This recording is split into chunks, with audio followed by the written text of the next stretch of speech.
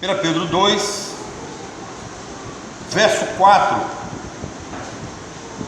À medida que se aproximam dele, a pedra viva, rejeitada pelos homens, mas escolhida por Deus e preciosa para ele, Pedro está falando de Jesus Cristo. Verso 5: vocês também estão sendo utilizados como pedras vivas na edificação de uma casa espiritual, para serem sacerdócio santo, oferecendo sacrifícios espirituais aceitáveis a Deus, por meio de Jesus Cristo. Pois assim é dito na Escritura: eis que ponho em Sião uma pedra angular, escolhida e preciosa, e aquele que nela confia jamais será envergonhado. Portanto, para vocês, os que creem, esta pedra é preciosa, mas para os que não creem, a pedra que os construtores rejeitaram tornou-se pedra angular, e pedra de tropeço, e rocha que faz cair. Os que não creem tropeçam porque desobedecem a mensagem, para o que também foram destinados. Vocês, porém, são geração eleita, sacerdócio real, nação santa, povo exclusivo de Deus, para anunciar as riquezas daquele que os chamou das trevas para a sua maravilhosa luz. 1 Pedro 2, versículos de 4 a 9. Deus nos abençoe. Quero pensar com os irmãos hoje sobre a questão da igreja, templo e do sacerdócio dos crentes. É bom lembrar que nós estamos tratando uma série sobre igreja, e eu não estou seguindo uma linha lógica, cronológica, eu estou seguindo uma linha mais ou menos lógica. Nós começamos aqui vendo algumas coisas, depois falamos acerca da igreja em Éfeso, e aqui eu quero trazer aqui para vocês qual é o objetivo desse texto de Pedro. Quem são esses irmãos que recebem essa carta? Por que eles recebem? E é bom olhar para trás e ver que Pedro está orientando esses irmãos, que eles eram, digamos assim, muito simples na questão do conhecimento. Eles eram pessoas que tinham um conhecimento limitado, e aí Pedro diz que esse conhecimento que eles vão adquirir em Cristo deve ser progressivo. Então, nós temos uma denominação quando a pessoa é novo convertido. Lembra? Nós chamamos de bebê na fé. Fulano é uma criança na fé. Então Pedro diz: como crianças recém-nascidas, vocês devem entender isso, que tudo mudou agora na vida de vocês. Então vocês devem procurar conhecer esse evangelho como se fosse um leite, como se vocês fossem crianças recém-nascidas, dependendo desse leite para o crescimento de vocês. Ele vai falar acerca da questão do pecado e vai dizer no capítulo 1, no versos 19, 20, em que nós fomos comprados, pelo preço muito alto. Lembra? Nós cantamos: eu sei que foi pago um alto preço. Na quinta-feira eu comecei falando para vocês acerca dessa questão, está tudo dentro, a questão de como nós deveríamos compreender essa questão do pecado, para a gente ter consciência daquilo que nós fazemos diante de Deus. Qual é a nossa motivação para não pecar? Deve ter uma motivação. Assim como tem uma motivação para o pecado, que é a nossa carne, o desejo de satisfazer os nossos próprios prazeres, deve haver também uma motivação espiritual para não pecarmos. E nós na quinta-feira começamos a ver uma coisa. Na próxima quinta tem uma segunda questão também dentro dessa premissa, de um incentivo para não pecar. Mas eu disse para vocês na quinta-feira, é bom começar por essa parte aqui, dizendo o seguinte: quando Deus soprou em Adão aquela questão da vida, e a imagem se torna alma vivente, Adão recebe algumas virtudes de Deus ali naquele sopro, e eu quero destacar aqui 4 delas. Primeiro, a autoridade. Na vida que Adão recebe, ele recebe também uma autoridade. Autoridade é quê? Para dominar a terra, sujeitar a terra, dominar sobre tudo, inclusive os animais. Depois vem a questão da moralidade. Adão, ele não era influenciado. Adão não tinha nada dentro dele que pudesse levá-lo para o mal. Ele tinha uma decisão livre, e ele sabia o que ele queria. quando o inimigo diz: olha, no dia que vocês comerem, vocês vão ser iguais a Deus, ele sabia o que queria. Depois vem a questão do pecado, né? A santidade. Adão, ele foi criado sem pecado, então ele era alguém santo, alguém puro, tá? E ainda que alguns discordem, Adão era eterno. Por quê? Porque o sopro que ele recebe de Deus vem essa questão da eternidade. Eclesiastes vai dizer para nós que Deus criou o homem com a eternidade dentro dele. Então, olhando para essas virtudes fazem parte daquilo que a Bíblia chama de imagem e semelhança. O hebraico vai chamar imagem semelhante. Nós somos imagens semelhantes de Deus. E tem duas palavras básicas que vão nos ensinar com relação a isso. Uma é a palavra chamada tselem, que diz respeito à imagem, e a outra é demut, que diz respeito à semelhança. A imagem, né, no caso de tselem, refere-se à nossa capacidade de refletir, de praticar os atributos divinos que Deus nos deu. Nesse sopro vem também alguns atributos, e a Bíblia vai nos falar desses atributos, e a teologia vai nos dizer que são atributos comunicáveis. Que atributos são esses comunicáveis? Aquilo que o homem reflete, tanto Deus quanto o homem tem. E aqui nós podemos citar a questão do amor. Deus ama, nós também somos capazes do amor. Bondade, Deus é bom, nós também podemos ser bons, né? Mesmo pecadores. Jesus disse isso: vocês que são maus, sabeis dar boas dádivas aos vossos filhos. Misericórdia, né? Sabedoria e tantos outros. Então Deus, ele não tem um corpo físico como o nosso. Então essa imagem, ela está ligada à natureza espiritual do ser humano. É algo que está na nossa parte imaterial. O homem, ele é um ser moral. Todos nós temos consciência, todos nós temos vontade, todos nós temos a capacidade do relacionamento. Nós somos capazes de nos relacionar tanto com Deus quanto com outros irmãos. Então, a imagem é a capacidade de refletir esses atributos que são comunicáveis. E a semelhança é a vocação de viver conforme os preceitos de Deus. E o crente, ele pode viver esses preceitos de Deus em compromisso. Nós podemos firmar um compromisso com Deus, podemos firmar compromisso com outros irmãos, nós podemos obedecer a Deus, viver em obediência. Isso não significa que vai ser uma obediência constante. Todos nós temos nossas falhas, podemos pecar, mas é possível viver em compromisso, obediência e comunhão. Agora, lembra de quinta-feira, quando Adão peca, e Deus faz uma pergunta, lembra?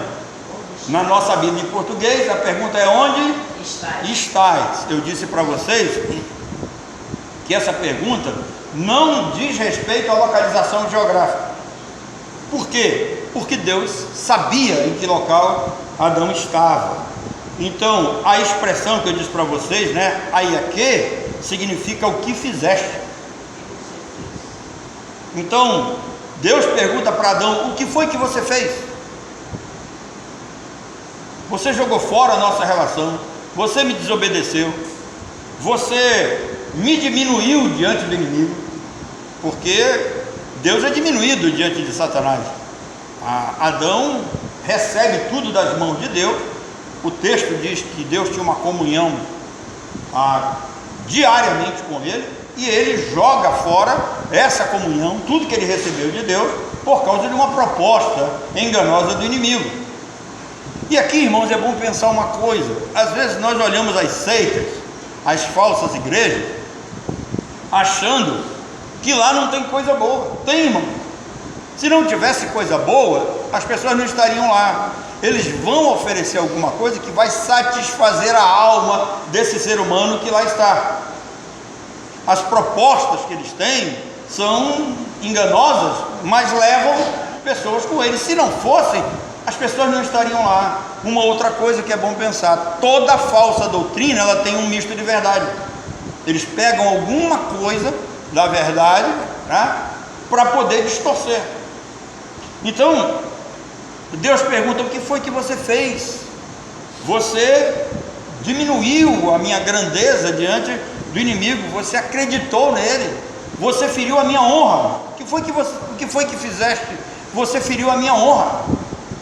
Eu sou o Senhor, o Deus do universo, eu sou o soberano. Deus poderia ter dito para ele: olha, quem criou essa serpente imunda aí fui eu. E como é que você mancha a minha honra? Como é que você tira de mim esse prazer da vitória e você apresenta-se derrotado diante do inimigo? Onde está a minha majestade? Então, o que foi que você fez? Essa é a pergunta. E o objetivo, quinta-feira que eu falei para vocês, isso aqui é um objetivo motivacional. Todas as vezes que nós pecamos, Deus não pergunta onde é que você está, Ele sabe onde nós estamos. Deus pergunta o que foi que você fez, por que você fez tal coisa. Essa pergunta é para reflexão, essa pergunta é para nós entendermos o peso da nossa responsabilidade diante de Deus. Adão, ele perdeu o propósito maior de ser igreja. Claro que nós não tínhamos a igreja como instituição naquele momento da história, mas Adão ali representa o povo de Deus diante de Deus. Um povo que tinha tudo para obedecer, desobedece.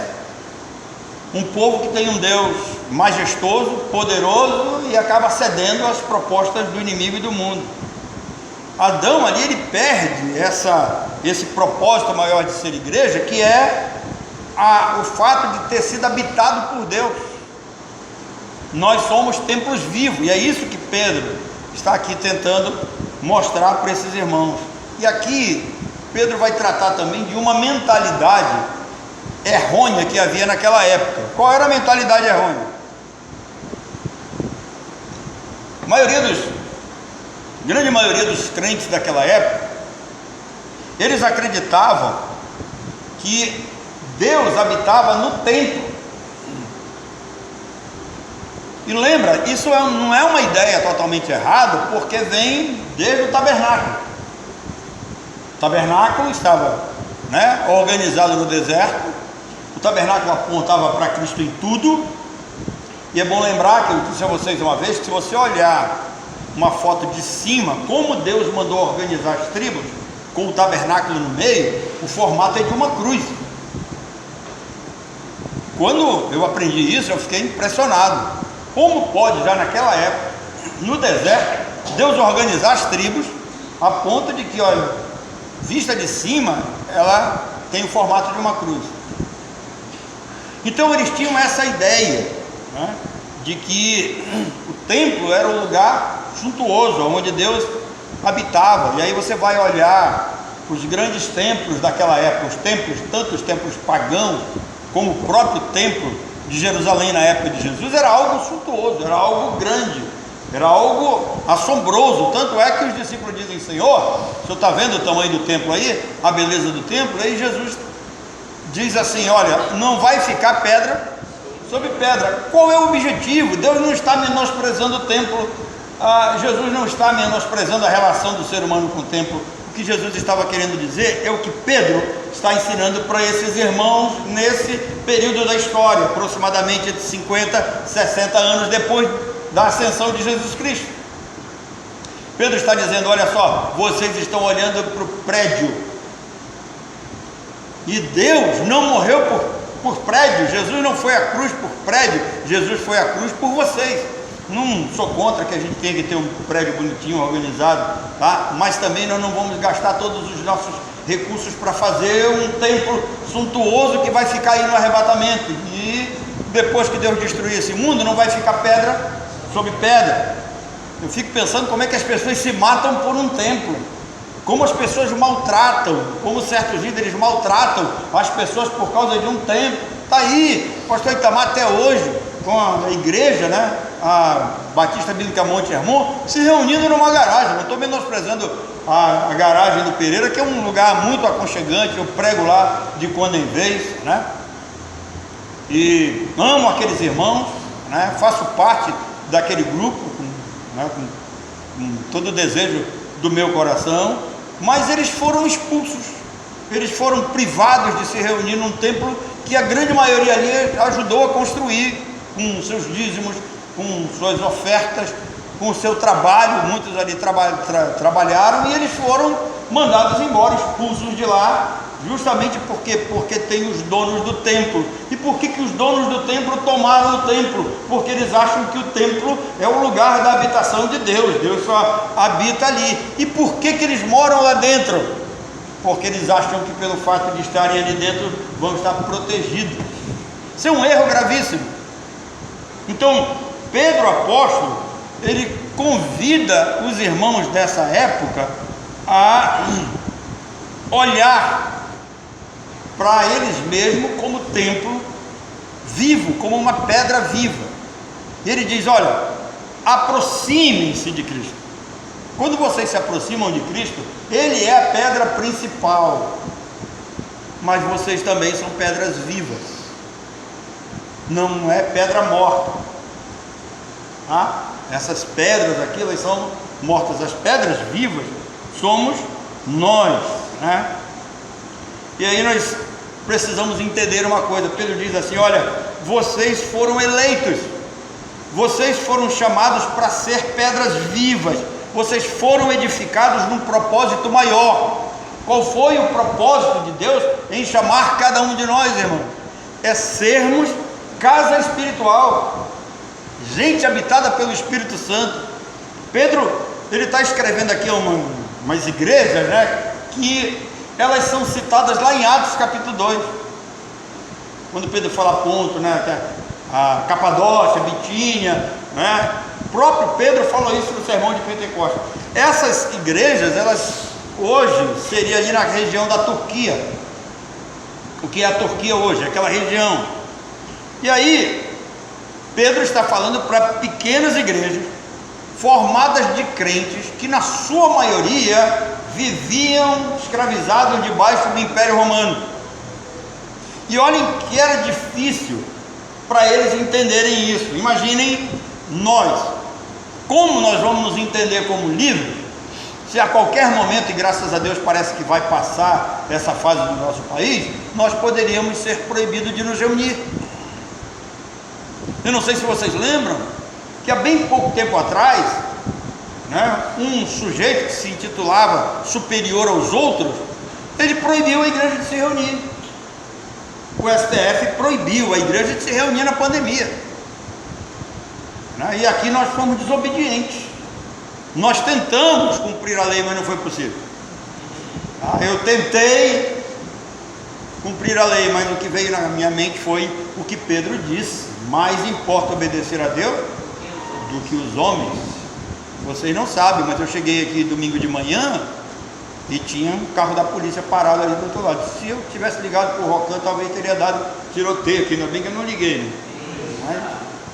Mas o cara veio me interpelar, por quê? Né? Que nós estávamos nos reunindo. Então, esses crentes aqui, eles viviam debaixo do Império Romano. O paganismo era muito forte na mente deles, eles eram completamente dominados. Eu vi alguém dizendo eu ouvi uma expressão, quando alguém disse assim: olha, o Império Romano domina sobre nós não somos donos das nossas almas não são nossas. E é isso que Pedro está dizendo aqui: olha, mesmo escravizados pelo Império Romano, Deus libertou vocês, porque tem uma liberdade superior a essa liberdade que nós nos entendemos como liberdade humana, que é a liberdade da carne. Mas essa carne aqui, ela vai se desfazer, esse corpo vai ficar aqui. A verdadeira liberdade é aquela em Cristo, da qual nós recebemos em Cristo. E se o Filho vos libertar, nós seremos livres de verdade. Então, pequenas igrejas, crentes na sua maioria, escravizados pelo Império Romano. E aqui Pedro vai mostrar duas coisas para nós aqui. Esse povo, eles eram um povo sofrido, porque eles se entendiam que era um povo sem dignidade e sem identidade. O que era um povo sem dignidade? Naquela época, povo era o Império Romano. Lembra? Por que Paulo é visto como alguém diferente? Ele vai ser açoitado, ele diz: é justo açoitar um cidadão romano sem que antes ele seja julgado? Aí os soldados recuaram. Por quê? Porque um cidadão romano é diferente dos outros cidadãos, né? E como um cidadão romano, ele tem que ser tratado segundo as leis de Roma. Então, eles tinham uma dignidade a mais, e esse povo aqui não era digno. Esse povo aqui é uma espécie de sub-raça. Então Pedro está escrevendo para um povo que não tinha dignidade. Além disso, esse povo não tinha identidade. Por que não tinha identidade? Porque a verdadeira identidade naquela época era a identidade romana. Se você apresentasse o seu RG aqui, né, tirado pela SSPAM, não tinha validade nenhuma, não tinha valor algum. O que valia era a cidadania romana. Então a mentalidade deles era que Deus habitava só nesses templos, e eles ganhavam dignidade quando eles entravam lá, e eles ganhavam identidade, mas quando eles saíam de lá, acabava com tudo. Eles praticamente perdiam tudo. Eles foram ensinados a olhar para os grandes templos, na certeza de que a divindade estava lá. Essa mentalidade da época é tão interessante que é só nós olharmos para o templo da Diana, a deusa Diana, né? E livro de Atos vai aparecer lá, grande Diana dos Efésios, né? Eu só conheço uma Diana grande, que é a Diana lá do... eu conheço duas Dianas que são grandes agora. Que é a Diana do Parque das Nações, né?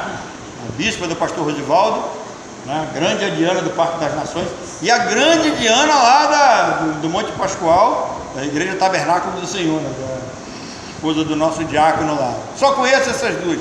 Mas deixando aqui a brincadeira de lado, está muito séria essa mensagem, vocês estão me olhando assim e tudo, né? Já temos quase dormindo.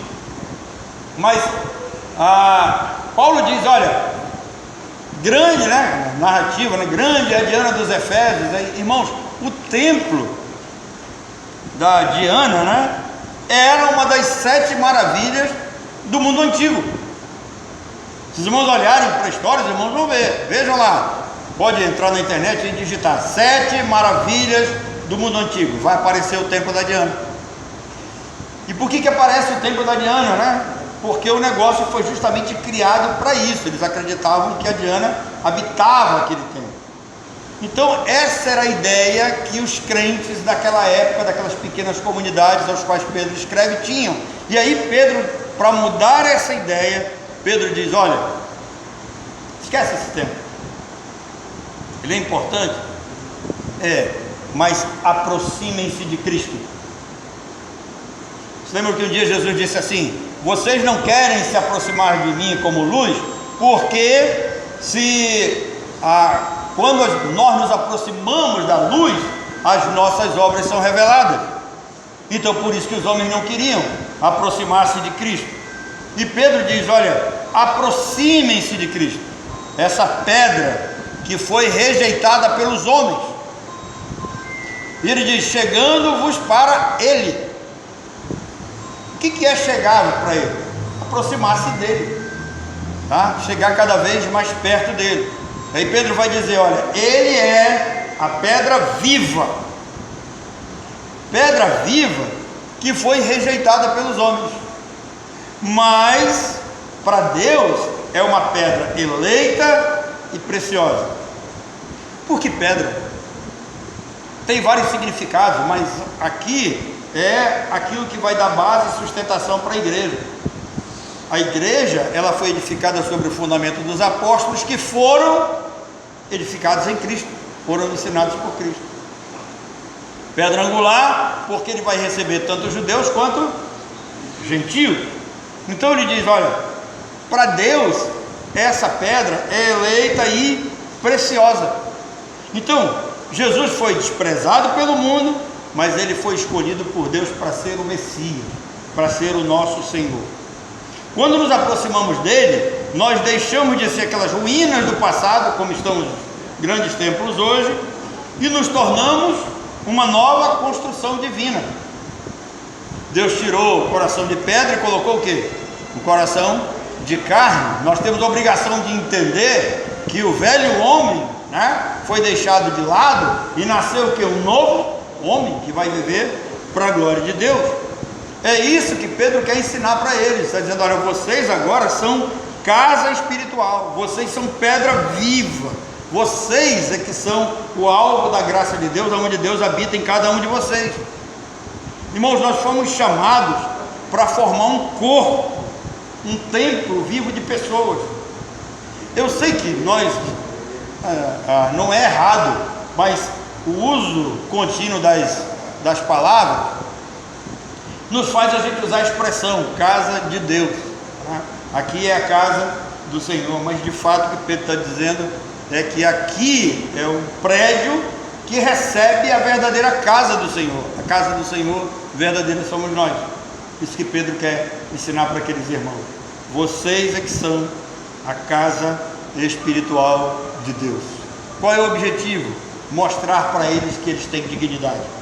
Eles são superiores a esses romanos que receberam um título terreno. E Pedro está dizendo: vocês são superiores, que vocês têm um título celestial, e esse título é eterno. Vocês são dignos, vocês foram dignos da graça de Deus. Deus escolheu vocês. De todos esses seres humanos que há no mundo, inclusive esses romanos orgulhosos, Deus escolheu vocês para salvação, santificação no Espírito e fé na verdade. Deus lhes deu uma nova identidade. Vocês não são mais aquele povo condenado, sem dignidade, sem identidade. Agora vocês são povo de Deus, casa espiritual. Então Pedro está fazendo aqui, está mostrando não só a verdade, mas ele está levantando a autoestima daqueles irmãos. O verdadeiro crente, irmãos, ele tem que saber de onde ele veio, ele tem que saber o que ele veio fazer nesse mundo, e ele tem que saber para onde ele vai depois da morte dele. Isso vai mudar toda a nossa relação com esse mundo. Então Pedro está levantando a palavra, a autoestima deles por meio dessa palavra. E Pedro diz mais: olha, vocês são privilegiados porque tem um grupo que foi colocado para tropeçar na palavra. Tem um grupo no meio desse mundo aí, dos quais esses romanos fazem parte. Eles foram criados para tropeçar na palavra, para eles se ofenderem com Cristo. Eles foram destinados para a perdição. Pedro está dizendo isso. E aí, aqui nós temos uma forma, digamos assim, mais branda de falar da doutrina da predestinação. Pedro diz: olha, eles são diferentes de vocês. Vocês é que foram eleitos, e vocês foram separados por Deus do restante da humanidade, para vocês receberem essa nova identidade como cristãos, serem habitados pelo Espírito Santo de Deus e ganhar essa dignidade nova. Vocês é que devem ser vistos como gente grande, como povo de Deus, não eles. Então mudem essa mentalidade.